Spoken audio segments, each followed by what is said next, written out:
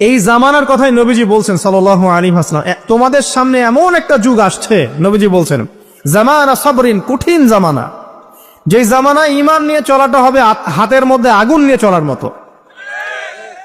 নবীজি বলছেন ওই সময়ে সাহাবী জিজ্ঞাসা করছেন, ইয়া রাসূলুল্লাহ, আমি ওই সময়ে কি করব? ওই সময় আমি কি করব, আমাকে কি পরামর্শ দিচ্ছেন?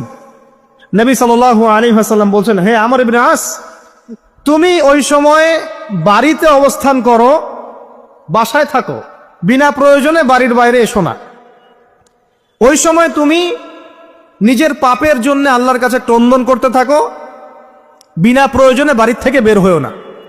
আর মানুষের সাথে এত বেশি মেলামেশা করো না, নিজে তোমার আমল, তোমার গুনাহ নিয়ে ব্যস্ত থাকো, তোমার পাপের জন্য আল্লাহর কাছে কান্নাকাটি করো, ইনশাল্লাহ তুমি নাজাত পেয়ে যাবে। এটা একটা অপশন, মানে ফিতনাময় পরিবেশে আপনি কিভাবে বাঁচবেন, এটা একটা অপশন। আরেকটা হাদিসে কি নবী সাল্লাল্লাহু আলাইহি ওয়াসাল্লাম বলছেন যে যখন এমন ফিতনাময় পরিবেশ আসবে, তখন যদি তোমরা এই আমর বিল মারুফ নাহি আনিল মুনকার, সৎ কাজের আদেশ, অসৎ কাজের নিষেধ, আমার সুন্নতের উপর অটল থাকতে পারো, তাহলে তোমরা 50 জন শহীদের নেকি পাবে। সাহাবায়ে কেরাম বলছেন, ইয়া রাসূলুল্লাহ, আমিনহুম আও মিন্না, তাদের মধ্যে 50 জন নাকি আমাদের মধ্যে 50 জন শহীদ? নবী করিম সাল্লাল্লাহু আলাইহি ওয়াসাল্লাম বলছেন, বাল মিনকুম, বরং তোমাদের মধ্যে 50 জন শহীদ। এটা অপশন নাম্বার 2।